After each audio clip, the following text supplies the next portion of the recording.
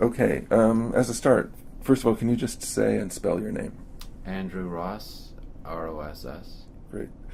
And just for background, can you talk a little bit in an autobiographical way about your movement through educational institutions? Where have you been? What positions have you held? You can either name institutions or just talk about types of institutions that you've worked in. Okay. I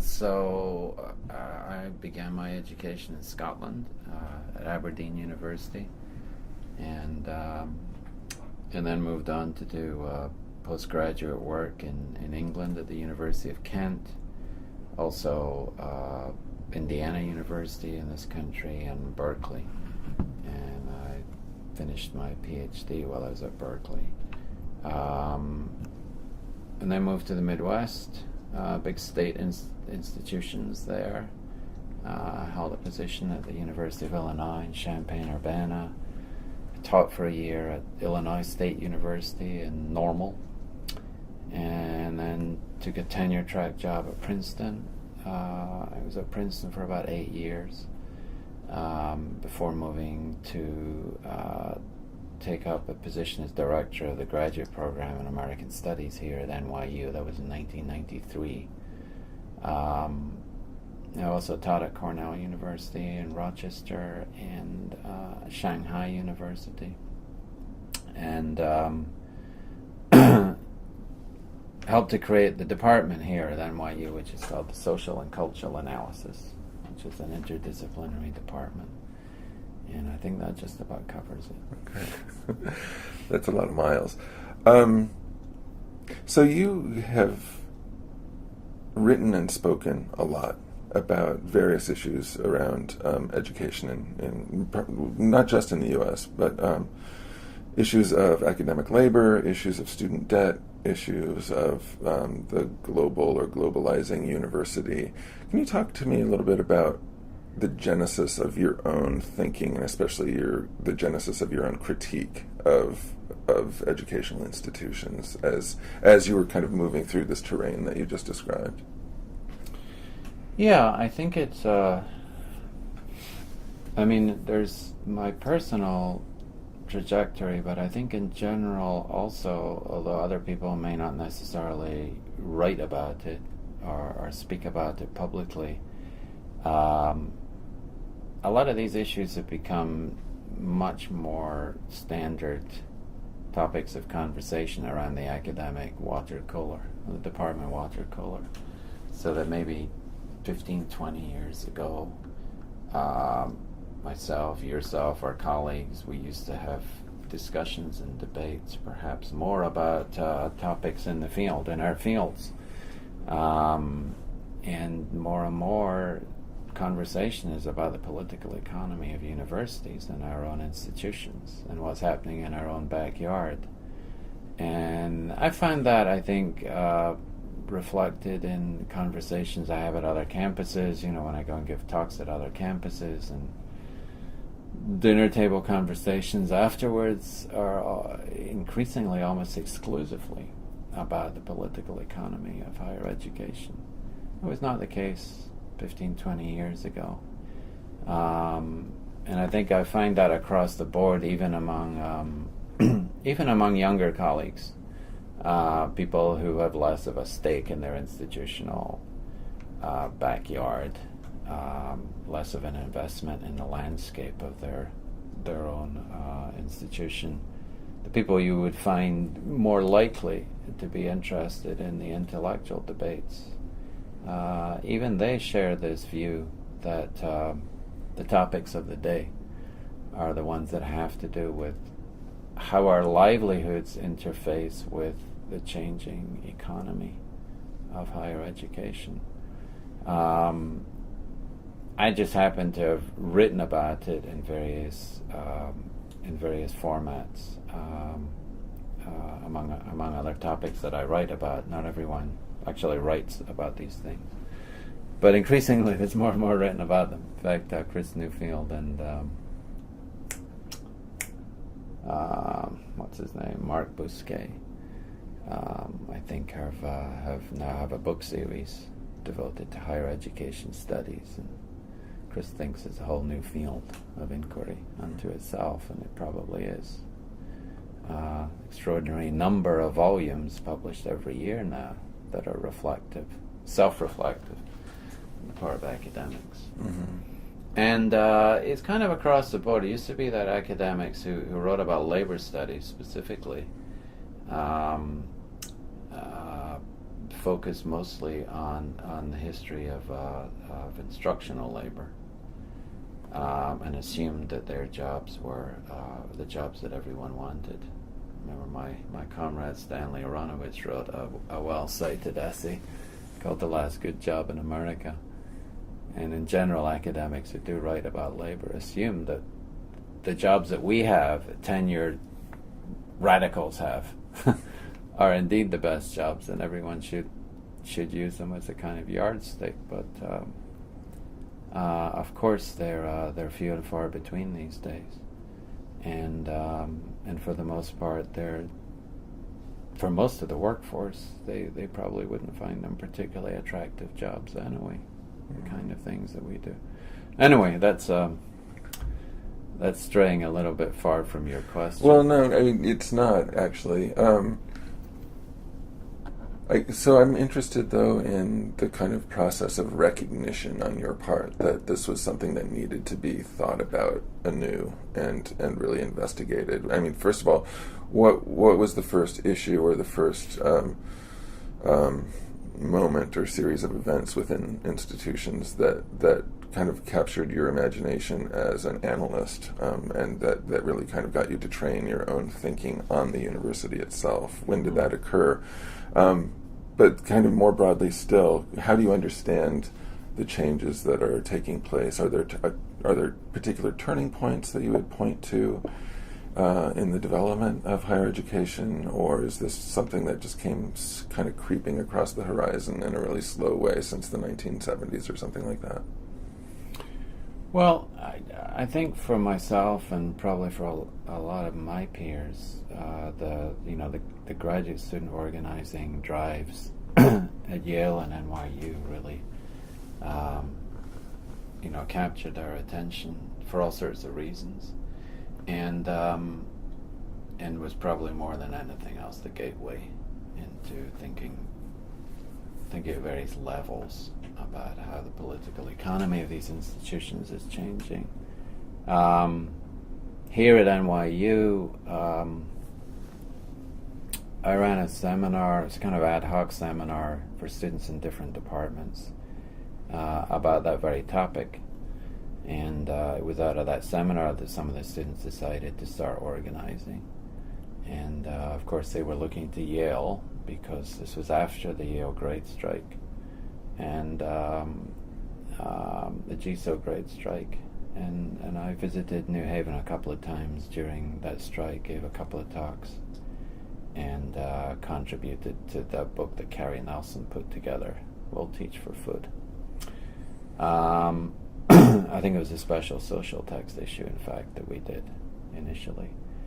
And then as GSOC started to organize here, I and a few other folks who were committed on the faculty got more and more involved. And one thing led to another. And so it was really in response to the graduate students' analysis and critique, and they're the model of action in the field, in the organizing field, that we took a closer look at our own conditions of employment. And there was a lot to look at, because it was during that same period of time that the casualization of the academic profession was proceeding apace, probably more quickly and more pervasively than in any other profession in the U.S. at the time. I mean, the rate of casualization has been stupendous. And likewise at NYU, the adjuncts had a successful organizing drive after GSOC won their contract, but it was very much on the model. GSOC was the inspiration for the adjunct organizing. So as faculty, again, they were really taking their cue from what GSOC had done. And as far as the full-time faculty goes, tenured faculty, we organized a faculty support group called Faculty Democracy around about the time of the strike. In fact, there was a strike support group in 2005. And Faculty Democracy is at a long life. It still functions, mostly as an email list, but it's a list for active faculty at NYU where a lot gets discussed. And there have been a lot of spin-offs here from Faculty Democracy that have been very important in challenging the executive decision-making mentality of our administration. Has the overall level of faculty support for graduate student organizing, has that mounted and increased over the years? Well, it's been a long story here at NYU with a lot of ins and outs, and because the union won the contract and then lost the contract after the Brown decision went down. And then in recent years, the tide has changed a little bit here, and administration was under a lot of pressure for other reasons, votes of no confidence in the president, and so on and so forth. And so the students finally won the contract back and are currently in bargaining. The level of faculty support ran very high during the strike, because it affected everyone. And I think Faculty Democracy, the support group, really had about 300 fairly solid supporters at that time, and had some impact and influence, and certainly in organizing classes off campus and in disputing the administration's policies and position. There were divisions, of course, because whether they were actively created by the administration, they were certainly exploited by the administration.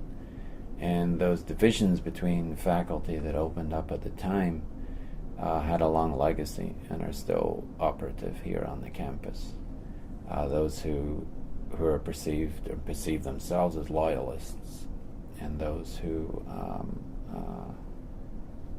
developed a sort of autonomous view of the administration, let's say, and are generally critical of its executive power. That those divisions may have existed in a sort of low-intensity way before 2005, but they became quite explicit in the course of the strike. The strike lasted for most of that academic year, and the divisions, as I said, hardened and deepened and still exist today.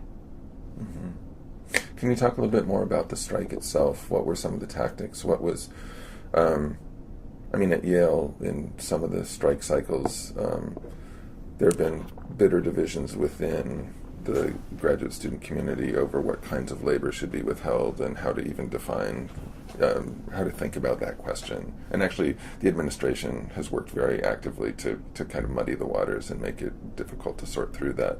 Has that been the case here at NYU, or was there more clarity about what students, what the tactics would be and how success would be measured?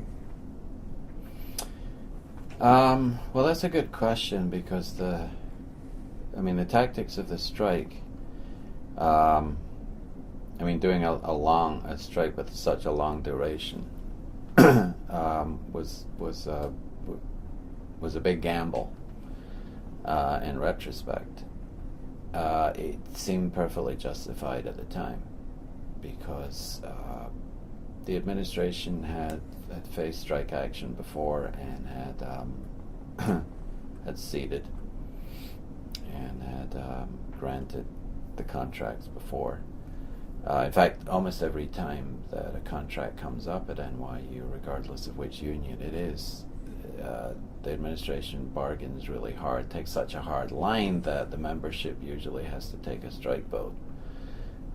In the past, the administration had backed down, and there was every expectation they would do so again. In 2005, that turned out not to be the case, as we know. We had no idea, in addition, that the administration would take such a hard line throughout the strike, and would, would be devoted to really playing by the book, playing by the anti-union book at every step of the way. And it was taking its advice from anti-union lawyers who were well known. Proskauer and Rose was also operated at Yale, and then by Jackson Lewis, which is the other big law firm in the union busting business. So they're pretty ruthless, and we really just didn't anticipate they would be so ruthless, and use those tactics. The tactics of the union, there was a lot of solidarity, and the tactics of the union were pretty much agreed upon from the beginning. It was a corporate campaign, and it was going to include as many partners and allies outside of the university as could be mustered. And so everyone from petitions from senators, from U.S. senators, to almost every labor leader in the country came here at some point to speak at rallies. In local community support from shopkeepers and businesses in the area, alumni, parents, so on and so forth. The resolve of John Sexton, the president, and Marty Lipton on the board of trustees to stand firm in the face of all of that was pretty extraordinary in retrospect. The night before the strike began, a group of us went to meet with the president and his lieutenants, and we warned him. We said, "Look, this what you're about to do will have a very bitter legacy on this campus. It will divide people on this campus, and you'll be dealing with a legacy for years to come." And the union, we told them, the union, breaking the union will be like breaking someone's arm. They won't rest easy until they regain full use of that arm.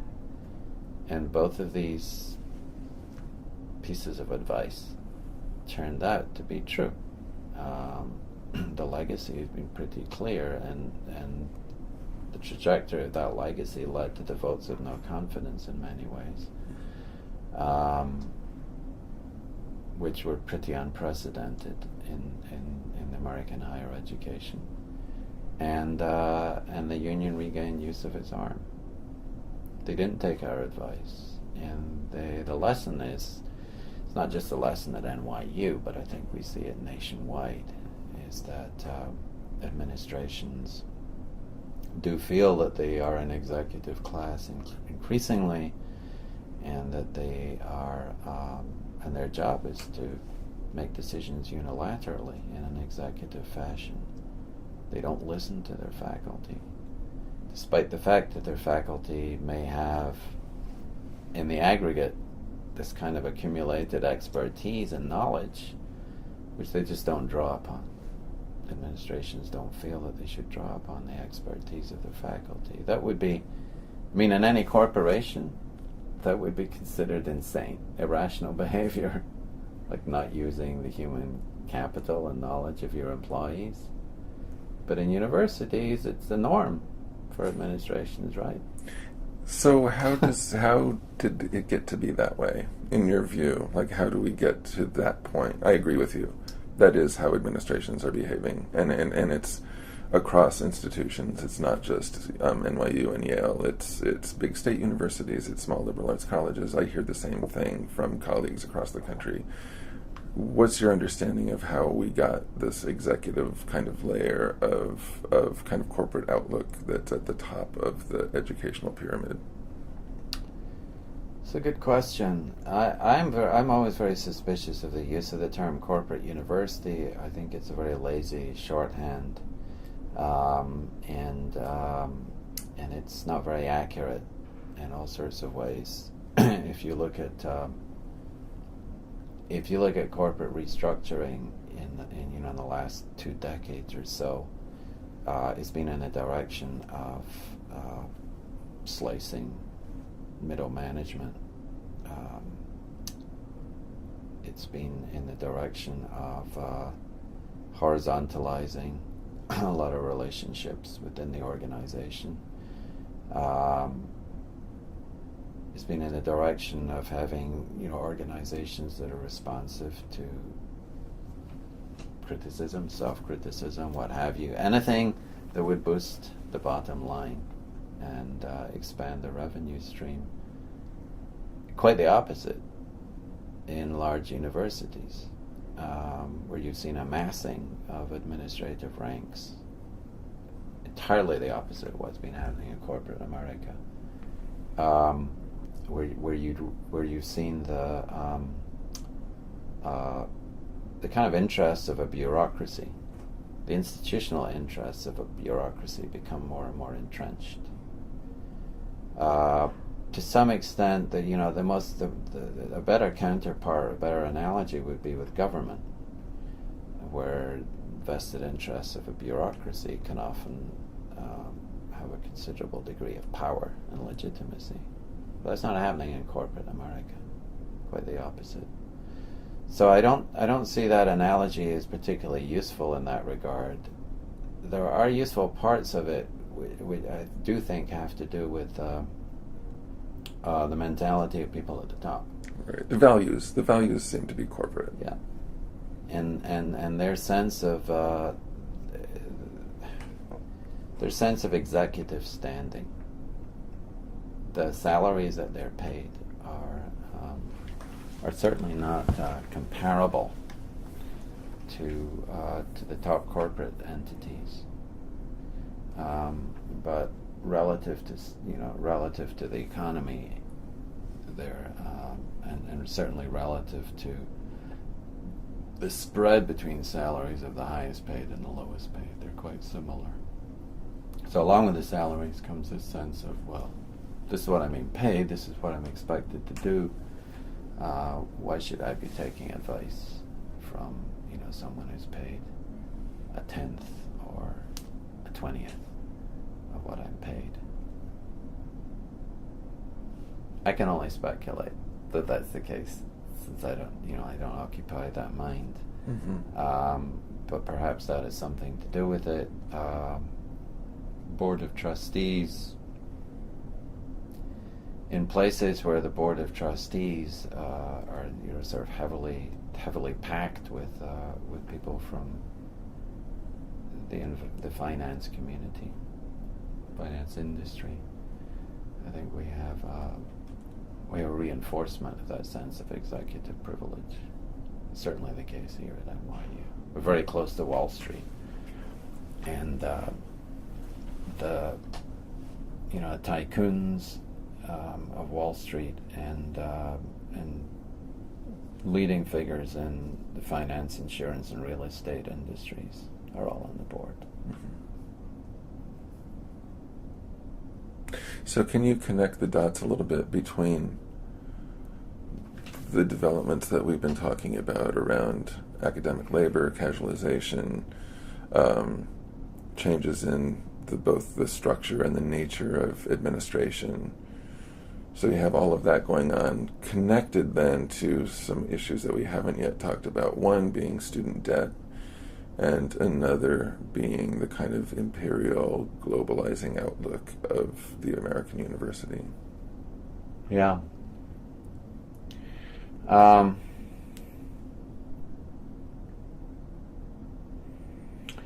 Well, when C. Wright Mills talked about the power elite, his analysis of the power elite, he really focused on military, government, and corporate power, and the interlocking directorates, and that kind of triumvirate.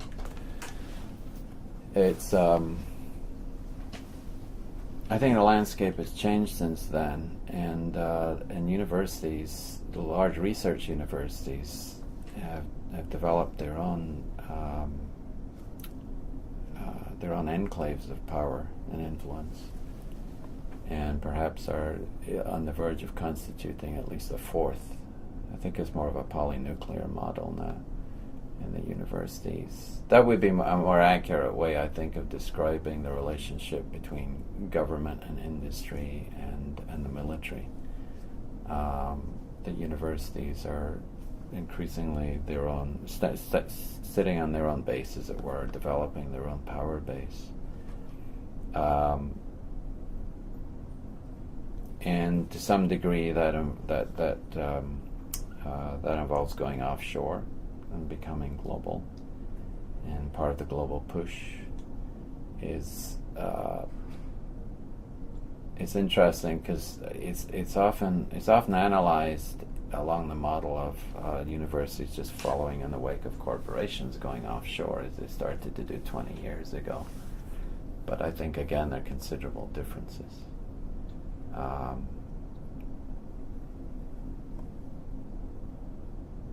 But to have that kind of power internationally is considered a requisite to have a string of campuses in other parts of the world. But you don't go offshore in quite the same way.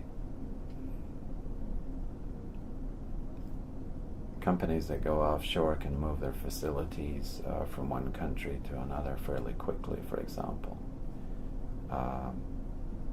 NYU, which has probably more offshore sites than any other university, they tend to be there for a while. So that it's different. It's different. It's a different landscape in that regard.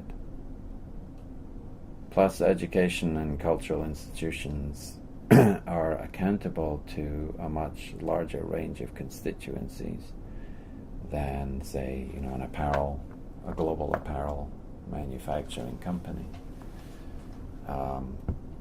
And so when problems develop, human rights abuses or labor abuses develop in and around the sites, you can't just move the factory overnight, across the border or up the river to another country.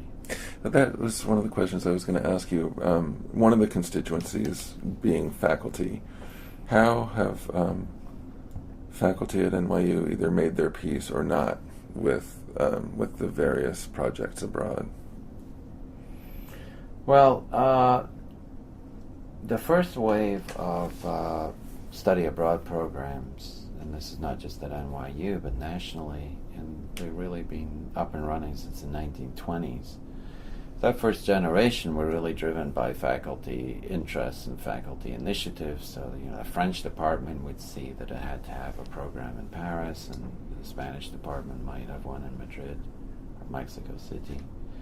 And the second generation, which we've been really seeing in the last 15 years or so, has been driven entirely by administrations and mostly by fiscal needs or fiscal desires to improve the revenue stream. They haven't, for the most part, been faculty driven. Very few instances of that, and they've pretty much been centered around very particular countries: China, the Gulf state, Persian Gulf states, authoritarian countries that have lots of money and are basically bankrolling these branches, and have a vested interest in polishing their national brand in ways that showcase havens of free speech or academic freedom. So they're really quite different beasts from the first generation of study abroad programs. The faculty had a lot of oversight in terms of the curriculum and academic standards and so on and so forth. The second wave, mostly overseen by administrators, and the faculty are invited to participate after the fact. It's certainly been the case with the large NYU ventures overseas. in that period. The train has already left the station. This is a metaphor that was used consistently here at NYU. The train has already left. You can join the train. You can rearrange the furniture on the train. You'll get well rewarded if you board the train.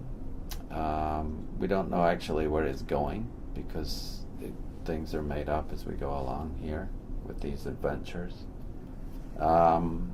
And you have the choice of not participating, but you won't get rewarded in any way. So, faculty are not very well paid for the most part, or they perceive themselves as being underpaid, and the rewards are considerable. So those who have got on the train, boarded the train, have been well rewarded, and departments especially have been very lavishly rewarded. With the arrangements made in Abu Dhabi, for example, faculty who go over there to teach for short spells are paid a lot of money, and departments can build up a very large treasure chest of their own. The English department and the history department here have, over $1 million each in discretionary funds that come from participating in NYU Abu Dhabi. So it makes that kind of entrepreneurial spirit pervade the institution in new ways. It has a very corrosive impact, because the money is not just over there; it comes sloshing over here, and creates a very uneven landscape, because you do have those departments with vast amounts of money at their disposal, and other departments with absolutely none. Mm-hmm. And in addition, faculty lines, like the approval of faculty lines, very increasingly tied to participation in the global sites. And for some departments that are large enough to take advantage of that, then they're very well rewarded with faculty lines. Others that are smaller and are mostly focused on education here, students in New York, or have trouble just meeting the needs of their students, are not going to be able to do that, so they end up under-resourced. Mm-hmm. So, plus there's research resources in addition. There's a vast amount of money that's available for research on Abu Dhabi or Abu Dhabi related research.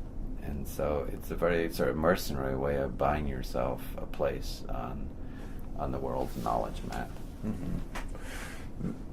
Obviously, you're describing a situation that is going to be generative of all sorts of divisions within the faculty. How salient are those right now?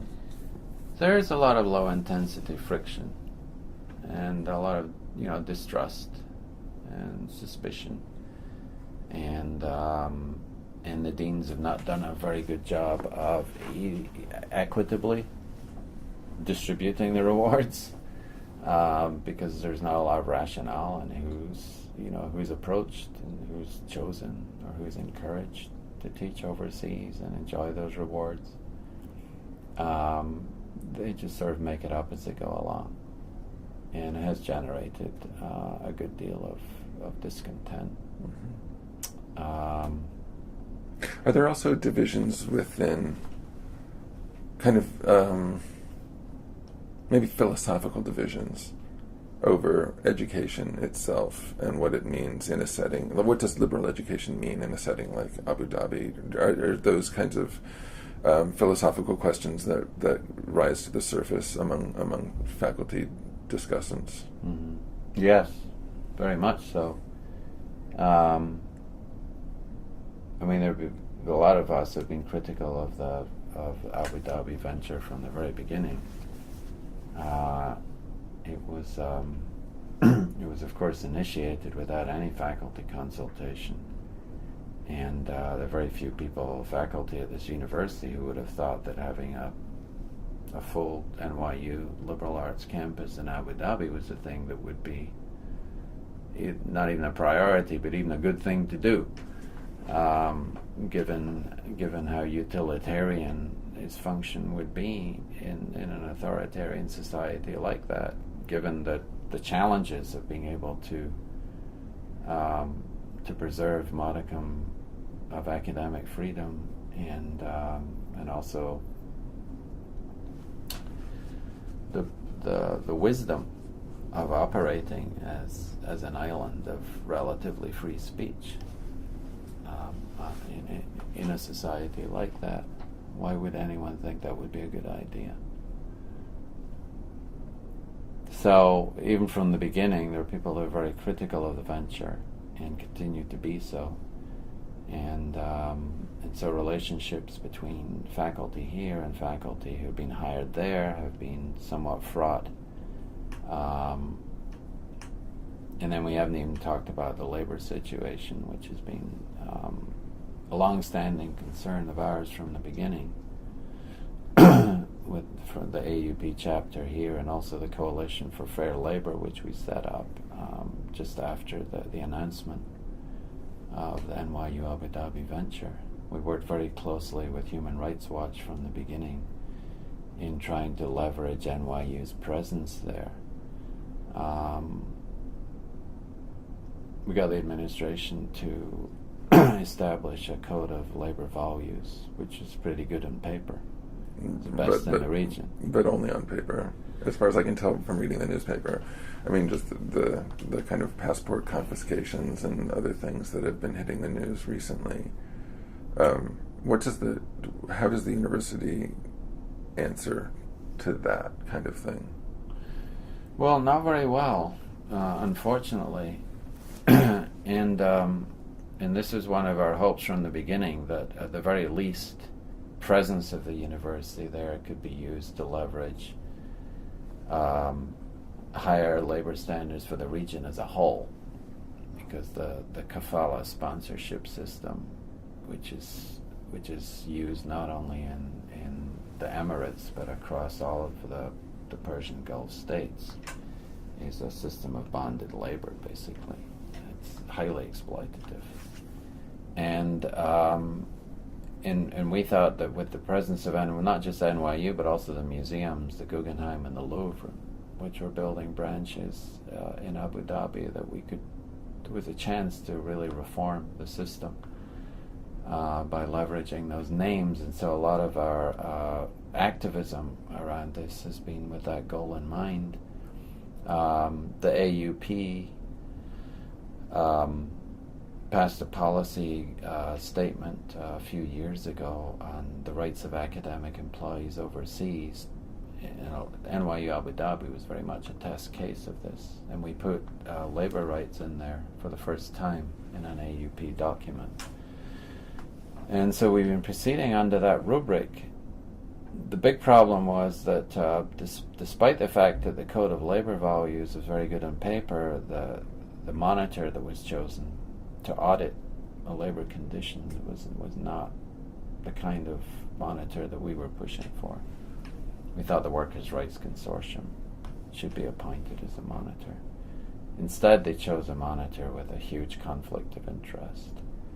And it was pretty clear from the outset that they weren't going to do a comprehensive job. And so it's very easy for independent investigators to find violations. You really don't have to go that far. I was part of a group investigative team from Gulf Labor, which is our coalition that's focused on the Guggenheim, Abu Dhabi. We went there in March and did interviews in some of the migrant labor camps. And we weren't actually looking for NYU workers, but we came across a lot of them and documented the violations, as indeed had other newspaper investigative teams and Human Rights Watch, and then the New York Times sent someone over there. Came up with pretty much the same findings. All of that could have been prevented, but it's a challenge in a labor regime like that But we saw that from the beginning, and we wanted NYU and the Guggenheim and the Louvre to be part of the solution. And there's still a chance that they may be. There's a lot of pressure on the authorities there. In Qatar is one of the biggest problems because of the deaths, almost 1,000 deaths of migrant workers involved in construction of World Cup stadia. And so they have the biggest PR problem of them all.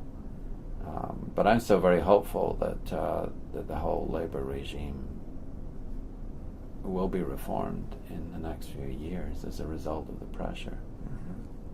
But our administration has not been helpful at all. In fact, they've been counterproductive because they didn't listen to us once again, to their detriment and to the detriment of the institution. I mean, we are the people who, they fall down on the job, but we are the people, the long-term employees of the institution, whose reputation is tarnished as a result.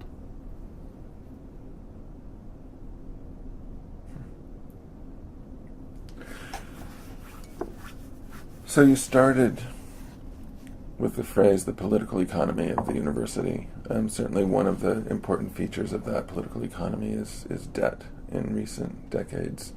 Can you talk a little bit about that phenomenon and also how it relates to these other things that we've been talking about? Oh, yeah.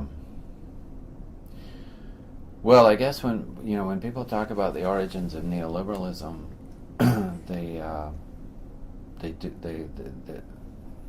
the analyses often do focus on points in history when there was a conflict over educational funding, and the two prime case studies, of course, would be here in New York and the fiscal crisis, when the finance industry took a hard line and insisted that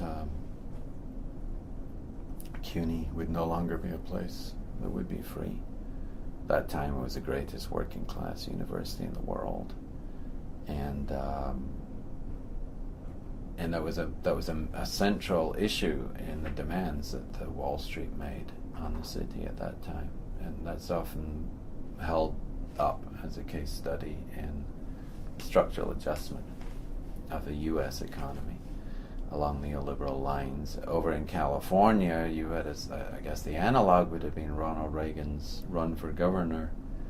During his term as governor, he declared war on Berkeley, announced that the state should not be in the business of subsidizing intellectual curiosity, and his solution was a technocratic one of hiking fees in the UC system, which at that time was probably the greatest public university in the world. And the legacy of both of these decisions has been pretty clear in California and New York. They were, CUNY and the UC system were high water marks of that golden age of U.S. higher education in the post-war period. It was a golden age that was made possible by Department of Defense related funding, of course, the GI Bill, and the decision that was made at the higher levels of government that military research would be done within research universities and not in the private sector.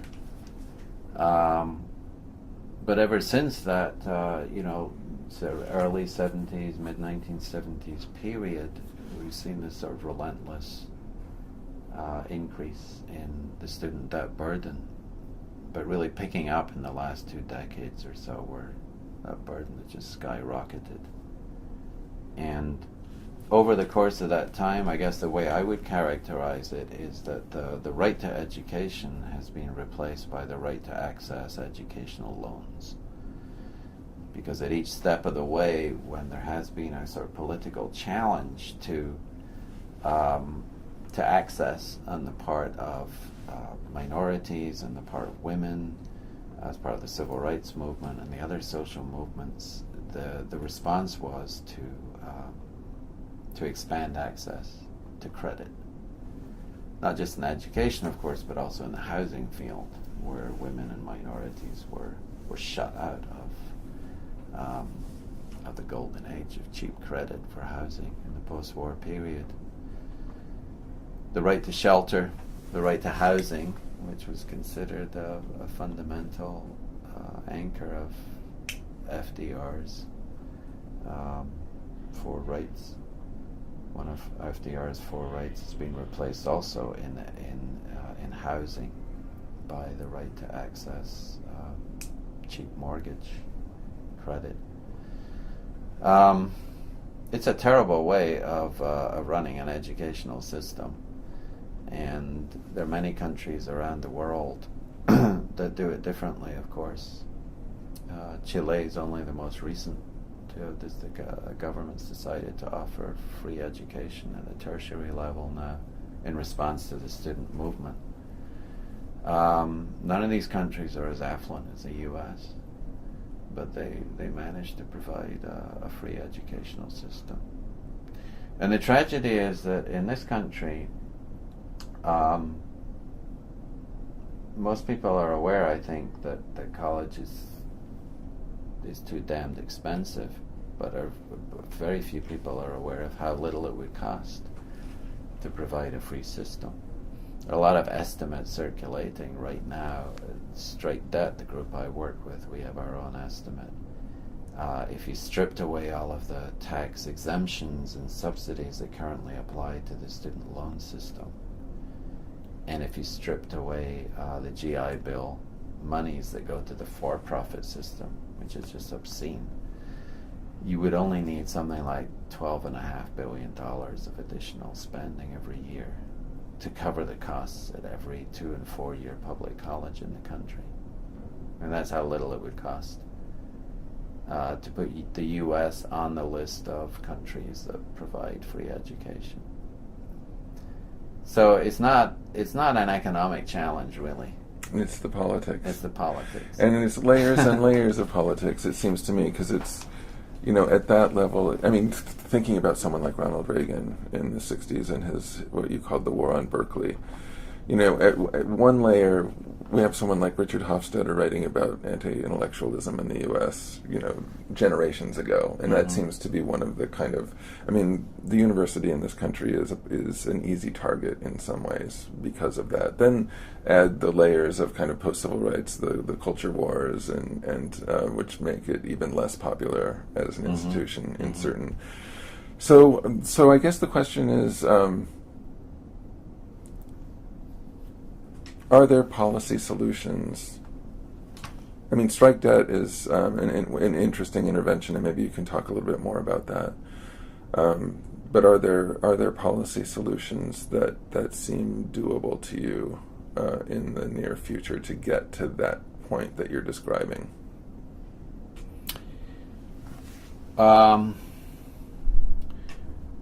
Well, free public education would be the simplest one. It would reduce the student debt burden. It would have the biggest impact on reducing the student debt burden.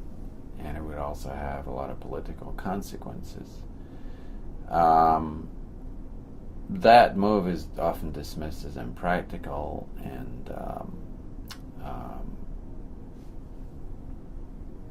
not something that anyone in Capitol Hill would want to contemplate. But the simple historical fact is that we've been there before. We used to be able to do this. It's just that higher education has fallen down on the list of national priorities in the last few decades. It's a political imposition. It's not just an economic imposition, because the easiest way of stifling the optional political imagination of a citizenry is to load them down with debt. And student debt's a very good illustration of that. Student protests on campus is no longer a rite of passage as it was 30, 40 years ago. And who can blame our students for, my students fall asleep in my classes? I'm not an exciting teacher. But in addition, I think it's because they're doing 1, 2, 3 jobs to stave off going further into debt. They don't have the time for this, and they've been forced to see their education as a transactional channel to some livelihood, some form of livelihood that has to harvest returns, market returns. I can't blame them for that. It's unfortunate. I can't blame them for that, but it's a mark of a financialized society when that mentality kicks in. To strike debt, of course, we advocate debt refusal, and we're interested long term in building a debtors movement. And student debtors seemed like the most likely prospect for jump-starting that movement. Our experience of the last few years has complicated that. We started the Occupy Student Debt Campaign in the early months of Occupy, and that had the goal of finding 1 million debtors who would refuse to pay their student debts. It was a very hastily organized campaign. We didn't have the resources to run a national campaign, and there was a lot of sabotage of the campaign. So it never got anywhere near the number of signatories that we needed. However, ironically, over the course of that year, guess how many student debtors defaulted on their loans? 1 million. And though that number has been pretty stable since then, 1 million student debtors default every year. There's no political impact, however, because they default individually. If they defaulted together, which is our goal, we'd be having a different conversation right now. But we learned in the course of that initial year of organizing and in subsequent years that the mentality of the student debtor is a very tough nut to crack. Students don't really think, currently enrolled students don't think of themselves as debtors. It's not until they graduate that they imagine that they might be in debt. But that's true of all debtors. Regardless of what kind of loans we're paying off, we don't think of ourselves as debtors until we fail to make the payments. And in addition, there are other mentalities that we're encouraged to adopt. I have a mortgage, for example. I think of myself as a homeowner, not as a housing debtor. It would be more accurate to think of myself as a housing debtor. So anyway, the time was not ripe to have that kind of mass organization, and it will take some time, I think, to build that. But it's very difficult to organize around debt. It's not like organizing around wages, which isn't exactly easy either. But debts are more like fingerprints. They're fairly unique. It's difficult to find a group of people who have exactly the same kind of debt to the same creditor that would make it easier to organize them. Mm-hmm. In most cases, people don't really know who their creditor is because their debt's been sold on so many times, and that's the case with student debt too. Sally might be servicing your debt, but may not be the creditor, for example. So what could be done, or what should be done? Watching Congress try to manage this crisis is a very cruel spectator sport at the best of times. I mean,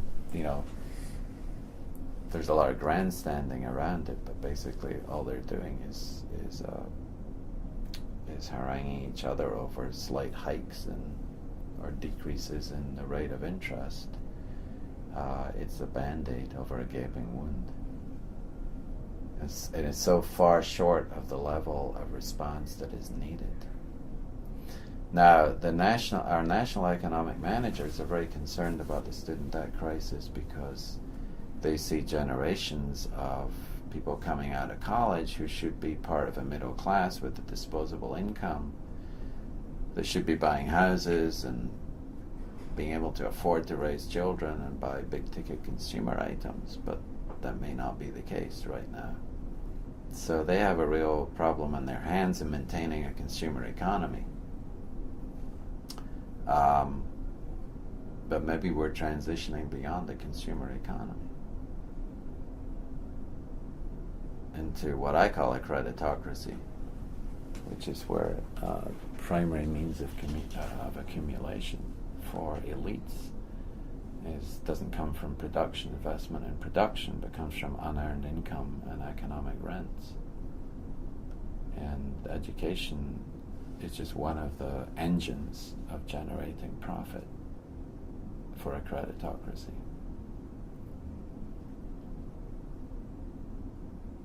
So I don't know if elites are in the same position as they might have been 10, 15 years ago, when they look at the consumer economy and say, how can we keep this running? Mm-hmm. We can't have a massively indebted middle class, because they won't be able to buy things. Sort of like Henry Ford's, that moment when Ford pushed for a $5 wage. It went completely against the grain of capitalist habit, like raising wages. You can't do that. But they had to have some disposable income for workers to buy stuff.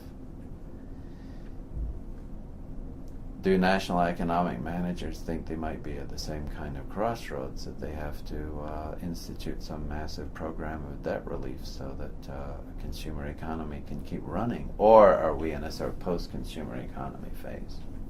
Mm-hmm. I think it's an interesting debate. Mm-hmm.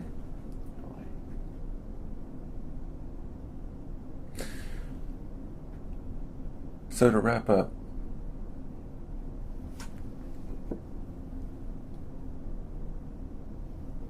across the decades that you've been teaching, has your own sense of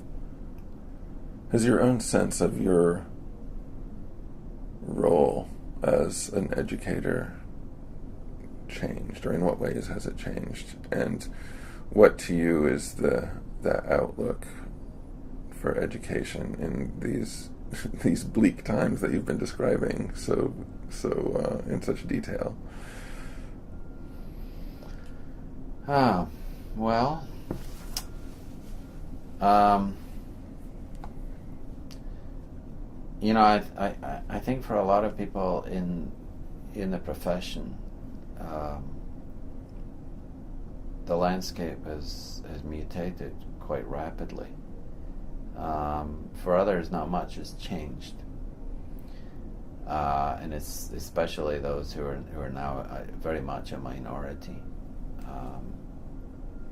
An elite, a protected minority, that an education system continues to need the sort of artisanal or handcrafted education that research-intensive professionals can provide for students, so that this is really at the top of their game. People at the top of their game in their fields, imparting knowledge to an elite layer of students. That probably hasn't changed all that much. Everything else has. And so that as long as that nucleus is preserved, it's a classic kind of donut economy in that regard. Everything else in the periphery and the fatty part of the donut has changed almost beyond recognition. And I guess in my career, I moved fairly quickly from the fatty part of the donut to the whole, to the core. And over the course of time, I would say, I've gotten more and more involved with the AUP. I've been president of the chapter here for over 10 years. And I've served in national committees of the AUP. And the history of the AUP is quite instructive in that regard. It used to be the case when people got their first job in an American academy. they would almost automatically become a member of the AUP. So there was a sense of a cohort, professional peers in a profession whose interests were somehow united or shared. That no longer exists. I mean, the AUP still does what it does, but it does it on a shoestring because membership has declined so much. The resources aren't there, and it's spread very, very thin. And there it's very difficult to get folks to join. I mean, we have a challenge here at NYU. Everyone benefits from the work that AUP does, but we have a very small membership. And that's probably the case. It's probably more the case at the more elite research universities than in other parts of the education sector. But still, seen a membership decline even in places like Yale. I'm sure is the same. Mm-hmm. Well, there isn't a chapter at Yale. I know that there never has been. But Yale is exceptionalist in all sorts of ways. So. What else? Well, I guess another way of asking the question is, what is the occupational future that you imagine for your current graduate students?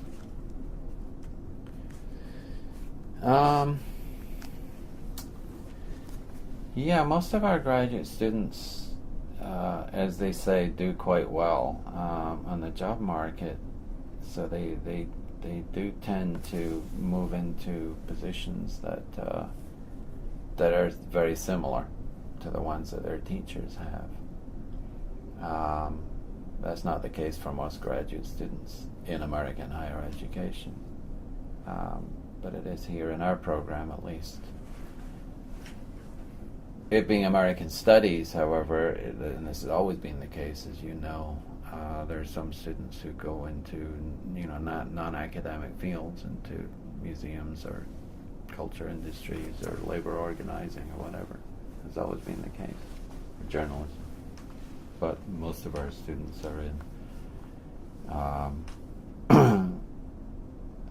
either research one universities or liberal arts colleges that are fairly highly ranked. So maybe their futures won't be all that much different. Maybe they'll be part of that core in the donut. So I don't know how representative that would be, for the most part. Our undergraduates are as in a state of desperation as they are everywhere, I think. Their situation is much more perilous and precarious, I would say. And I'm often at a loss to offer advice to them about what they should do. We have, in this department, I don't know, we have about 150 majors. It's a sort of medium-sized department at the university. There's probably less attrition than in more humanities-type departments, because our department's supposed to straddle humanities and social science. So we're sort of within the sort of outer edges of the orbit of the crisis of the humanities discourse, which has been going on for, I don't know, half a century. Our lifetimes. But has deepened as a result, I think, of the student debt burden in particular. It's not seen as cost effective to major in a humanities degree. At least that's the public mentality around this. So I don't know, most of our undergraduates go into, NGO, non-profit. Very few of them go into the corporate sector.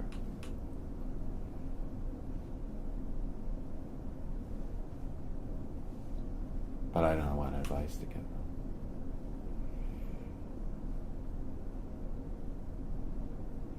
So the future of places like this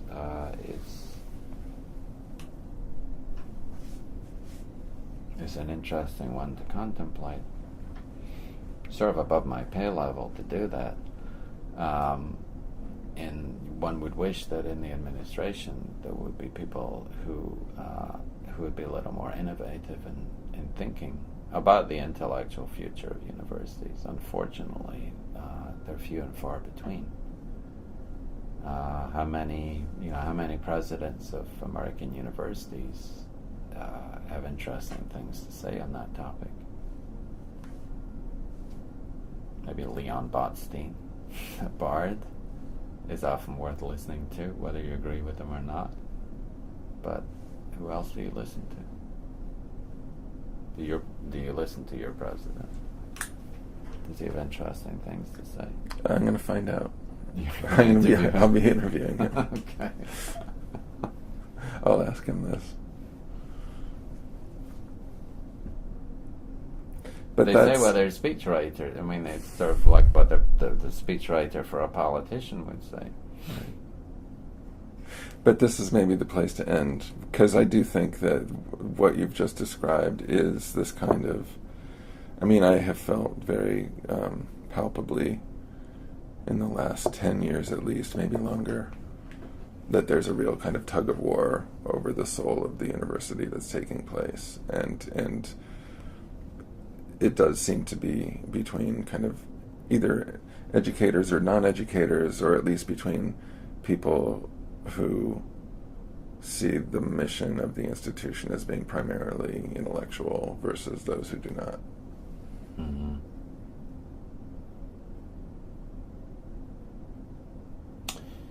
Yeah, and I have some sympathy with that, because institutions, especially large urban universities, have their footprint is pretty massive in the economy, and so they can and should not be seen simply as enclaves of intellectual inquiry, because that's disingenuous. They're obviously not. Most of the employees of a university are not engaged in instruction, and their livelihoods are tied to the institution's means of existence in ways that can't adequately be addressed by purely intellectual debates. So that's a large part of the challenge of the new higher education studies, is to look at that. Increasingly, the urban universities are seen as engines of the urban economy. They're part of the growth machine. And as part of, as part of governmental neoliberalism, they're often given carte blanche to act as ad hoc or informal developers, or stewards of development in their own neighborhoods. It's a way of outsourcing planning, city planning, in a way. So there are all these other considerations that really do kick in, and what that means is that the stakeholders, to use that corporate term, the stakeholders are multifarious. What the consequences are for the trustees is another big issue, and that's the area of university life about which there is very little transparency. There are some universities where everything that happens on the board is transparent. Anyone can walk in and attend board meetings. Florida, that's the case with the Sunshine Laws, but in most universities, it's not the case. To what degree will boards become vehicles for innovation, for what their well-heeled corporate members see as innovation in the field of education, as opportunities for disruption, for disrupting the model of business as usual, which is one of their favorite paradigms right now. the new chair of our board of trustees, very active in the charter school movement and the educational innovation movement. Will he have any influence beyond his chairmanship of the board on the institution itself? I hope not. But I'm not, by that same token, I'm not someone who's a fundamentalist when it comes down to imagining that universities are the best of all possible worlds, and that what's tried and true within them has to be preserved. I wouldn't have moved from Princeton to NYU if I felt that way. At Princeton, I got the impression that nothing really is supposed to change. Or has changed, and it wasn't probably the best environment for me to do what I wanted to do. So that's why I came to NYU, which at the time, I came here in 1993, NYU was quote unquote innovating, and mostly in the field of interdisciplinary programs like the one that I was running. And so that for the first 10 years that I was at NYU was really a kind of golden age, I think, for me in terms of how I experienced the institution. The faculty were given permission to innovate. The 10 years that came after was not so good, because there was a marked difference, and it was really a period when faculty were asked to respond to administrative initiatives rather than being given that permission. The permission was withdrawn, in other words. Right. And so for me, at NYU at least, it was a tale of 2 decades.